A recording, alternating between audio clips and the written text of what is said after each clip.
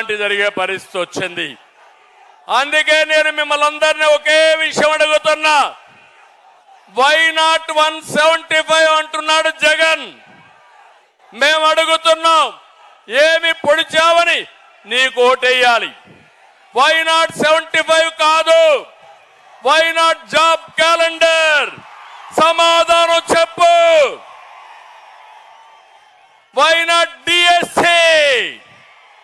Why not ఉచిత ఇసుక? ఇప్పుడే మిమ్మల్ని చూస్తా ఉంటే నాకు అనిపిస్తుంది, వై నాట్ 175 గారి తమ్ముళ్ళు, వై నాట్ పులివెందల? అవునా కాదా? పులివెందల్లో కూడా ఓడించాలా లేదా? ఓడించాలంటే తాడేపల్లి శబ్దం పులివెందలకు నిలబడాలి. గట్టిగా చెప్పండి.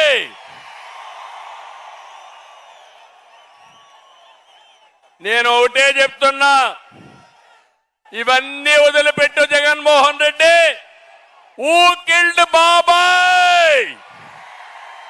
ఊ కిల్డ్ బాబాయ్? సమాధానం చెప్పమని సవాలు విసురుతున్నా.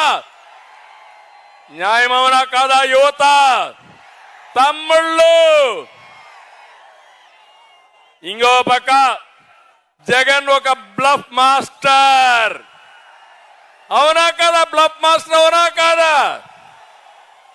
మామూలుగా బ్లఫ్ మాస్టర్ అంటే అబద్ధాలు పదే పదే చెప్పడం, రెండో చేయని పనుల్ని చేసినట్టు చెప్పుకోవడం. ఇది చేసే వ్యక్తుల్ని బ్లఫ్ మాస్టర్ అంటారు. ఒకప్పుడు నేను చూశాను ఊరల్లో కణికట్టు కట్టేవాళ్ళు. కణికట్టు అంటే ఉన్నది లేని పదే పదే చెప్పి మనం నమ్మించాలని ప్రయత్నం చేసేవారు. అలాంటి వ్యక్తి జగన్మోహన్ రెడ్డి. నేను అడుగుతున్నా, 25 మంది ఎంపీలు ఇస్తే ప్రత్యేక హోదా తెస్తా అన్నావు, తెచ్చారా అని అడుగుతున్నా. మద్యపాన నిషేధం చేస్తా ఉన్నావు, చేశావని అడుగుతున్నా. సిపిఎస్ రద్దు చేస్తా అన్నాడు, చేశాడా అని నేను అడుగుతున్నా. నిన్ననే కుప్పం చూశారు తమ్ముళ్ళు, పేపర్లో వచ్చింది. నా నియోజకవర్గం 35 ఏళ్లుగా ఎమ్మెల్యేగా ఉన్నా, అక్కడ ముఖ్యమంత్రిగా ఉన్నా. కుప్పానికి నీళ్లని ఈ ముఖ్యమంత్రి నాటకాలు వేశాడు. నేరుగా కుప్పం వెళ్ళాడు, ట్యాంకర్లో నీళ్లు తీసుకుపోయాడు, కాలువలో నీళ్లు పెట్టాడు. అక్కడి నుంచి మీరు చూస్తే కొత్తగా గేట్లు తీసుకుపోయాడు. ఇవి చూస్తే మా పవన్ కళ్యాణ్ గారు కానీ మా జయకృష్ణ ఏ మాత్రం లాభం లేదు. సినిమా సెట్టింగ్ వేశాడు, నీళ్లు వదిలిపెట్టాడు, సాయంత్రం వదిలిపెట్టి వచ్చాడు. తెల్లవారితో నీళ్లు లేవు, అక్కడ గేట్లు పెట్టాడు. ఉదయం 11:30 గంటలకు గేట్లు పెట్టి తర్వాత రోజున 10:30 గంటలంటే 23 గంటల్లో సినిమా సెట్టింగ్లు కూడా తీసుకొని వెళ్లిపోయే పరిస్థితికి వచ్చారు. ఇది ముఖ్యమంత్రి విశ్వసనీయత. నేను చెప్తున్నా, నేను మొన్నే పిలిపించా, నా నియోజకవర్గం ప్రజలకు విజ్ఞప్తి చేశా, 1,00,000 ఓట్ల లక్ష్యంగా బాబుకు సహకరించమని ఒక పిలిపించా. ఈ రోజు ఇక్కడ చెప్తున్నా, జగన్మోహన్ రెడ్డి నా నియోజకవర్గంలో 1,00,000 మెజారిటీ వస్తాయి, నీ నాటకాలు ఎవ్వరూ పట్టించుకోరని మరొకసారి తెలియజేస్తున్నా. తమిళు ఇంకో పక్క ఒక ఫ్లాప్ సినిమా జగన్ది. 2019లో అధికారం కోసం పాదయాత్ర చేశాడు, జ్ఞాపకం ఉందా అని మిమ్మల్ని అడుగుతున్నా. నేను గాని అనుకోనంటే పాదయాత్ర చేసేవాడా అని మిమ్మల్ని అడుగుతున్నా. నాకు ఒక్క అవకాశం ఇవ్వండి అని బుగ్గలని మీరాడు, జ్ఞాపకం ఉందా అని అడుగుతున్నా.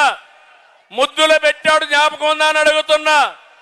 ఇవన్నీ కూడా పెట్టి పెద్ద పెద్ద ట్రైలర్స్ రిలీజ్ చేశాడు. మీరు అనుకున్నారు బాహుబలి సినిమా చూపిస్తాడని చెప్పి అనుకున్నారు. 5 ఏళ్లు పరిపాలన చూశారు, ఎక్కడికక్కడ అట్టర్ ఫ్లాప్ అయింది. నమ్మి ఓట్లేసిన వారు చీకొడుతున్నారు. ఆ సినిమా అట్టర్ ఫ్లాప్. దీనికి సీక్వెల్ ఉండదు.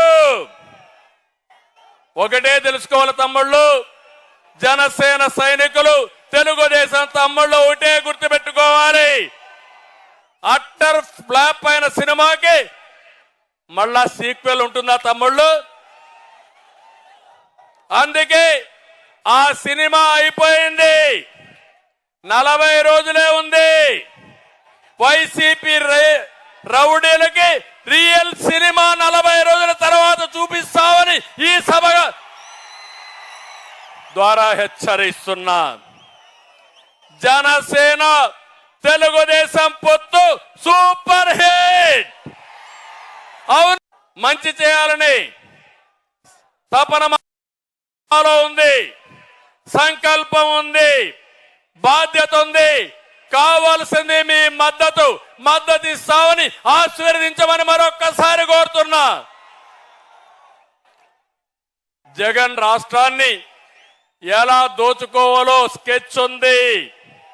మా దగ్గర రాష్ట్రాన్ని ఎలా అభివృద్ధి చేయాలి, ఎలా నిలబెట్టాలని బ్లూ ప్రింట్ ఉందని మీ అందరికీ విజ్ఞప్తి చేస్తున్నా. బాధుడు లేకుండా సంక్షేమం చేస్తాం, కోతలు లేకుండా పథకాలు ఇస్తాం, పెట్టుబడులు తెచ్చి సంపద సృష్టిస్తాం, నీళ్లు ఇచ్చి రైతులు బతికిస్తాం, యువతకు ఉద్యోగాలు ఇస్తాం. ఈ మాఫియా పాలకుడు తాను దోచుకున్న డబ్బులతో మళ్ళా మీ దగ్గరకు వస్తున్నాడు.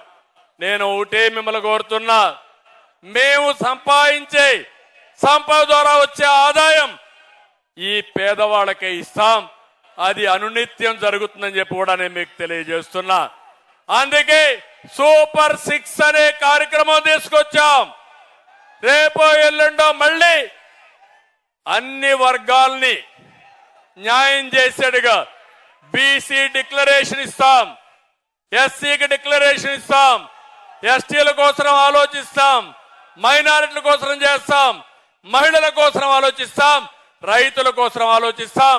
కడకు ఉద్యోగులకు కూడా న్యాయం చేసే విధంగా తెలుగుదేశం పార్టీ జనసేన ఎన్నికల మేనిఫెస్టో తొందరలోనే రిలీజ్ చేస్తామని ఈ సభ ద్వారా మీకు తెలియజేస్తున్నా. అందుకే ఒక్క విషయం నేను మిమ్మల్ని అందరినీ కోరుతున్నా. ఈరోజు ఈ పవిత్రమైన సభలో, రాష్ట్రాన్ని కాపాడే ఈ మహాసభలో ఒకే విషయం మిమ్మల్ని కోరుతున్నా. మనం ఐక్యంగా ఉండడానికి, ఈ రాష్ట్రం బాగు కాకుండా చూడడానికి అనేక కుట్రలు కుతంత్రాలు చేస్తారు. ప్రతి ఒక్క వ్యక్తి అప్రమత్తంగా ఉండాలి. ఆ అప్రమత్తంగా లేకపోతే రాష్ట్రం నాశనం అయిపోతే, రాష్ట్రం నష్టపోతే అందులో కూడా మనం కూడా బాగాలి. అందుకే అందరికీ సీట్లు ఇవ్వలేకపోవచ్చు, కానీ అటు జనసేన ఇటు తెలుగుదేశం కోరుకున్న వాళ్ళందరికీ సీట్లు ఇవ్వలేం. కానీ ఒకటి మాత్రం మేము హామీ ఇస్తున్నా, ఈ మహాసభలో పవన్ కళ్యాణ్ గారి సమక్షంలో. అది ఏంటంటే, పని చేసిన ప్రతి ఒక్క కార్యకర్తకు, నాయకుడికి న్యాయం చేసే బాధ్యత ఈ రెండు పార్టీలు, ఈ ఇద్దరు నాయకులు మేము తీసుకుంటాం. ఒక్క విషయం మీరు గుర్తుపెట్టుకోండి, నేతలు ఎవరు ఎగోగు పోవద్దండి. ఎవరు ఎక్కువ కాదు, ఒకరు తక్కువ కాదు. ఒక పార్టీ వెనకాన మరో పార్టీ నడవడం లేదు. రెండు పార్టీలు కలిసి ప్రజల కోసం అడుగులేస్తున్నాం. పార్టీల నిర్ణయాన్ని ఆదేశాల్ని అర్థం చేసుకున్న తెలుగుదేశం జనసేనకులకి శిరస్సు వంచి నా నమస్కారాలు తెలియజేస్తున్నా. ఈ విషయం ప్రతి ఒక్కరూ అర్థం చేసుకోవాల్సిన అవసరం ఉంది. ఒక అనుభవంతో చెప్తున్నా, రాష్ట్రానికి న్యాయం చేయాలనే సంకల్పంతో పవన్ కళ్యాణ్ గారు, నేను ఈ మహా ఉద్యమానికి శ్రీకారం చుట్టామని చెప్పి కూడా నేను మీకు తెలియజేస్తున్నా. ప్రజల జీవితాల్ని ఛిద్రం చేసిన ఫ్యాన్ని టీడీపీ జనసేన కొట్టే దెబ్బకు ముక్కలైపోవాలి. చేస్తారా తమ్ముళ్ళని మిమ్మల్ని అడుగుతున్నా. కలిసి పని చేయండి, కసితో పనిచేయండి. కష్టపడి పనిచేయండి. అలాంటి కార్యకర్తలకు నష్టం జరగకుండా చూసే బాధ్యత మాది. పొత్తు గెలవాలి, రాష్ట్రం నిలవాలి, ప్రజల బ్రతుకులు వెలగాలి. టీడీపీ జనసేన పొత్తు సూపర్ హిట్. ఆంధ్రప్రదేశ్ ఇక అన్స్టాపబుల్. ఆంధ్రప్రదేశ్ ఇంకా అన్స్టాపబుల్. అందుకే అడుగుతున్నా, గట్టిగా పౌరుషంగా చెప్పాలి. తెలుగుదేశం జనసేన పొత్తంటే ఐక్యత వర్ధిల్లానికి చెప్పాలి.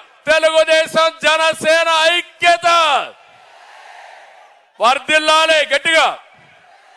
తెలుగుదేశం జనసేన ఐక్యత, తెలుగుదేశం జనసేన ఐక్యత, తెలుగుదేశం జనసేన ఐక్యత. Thank you. మిమ్మల్ని చూశాను, చాలా ఆనందంగా ఉంది. ఈ ఉత్సాహం చూసిన తర్వాత గెలుపు మనదే. ఎన్నికలయ్యే వరకు నిద్రపోవద్దని మరొకసారి విజ్ఞప్తి చేస్తూ అందరికీ నమస్కారాలు. జై హింద్.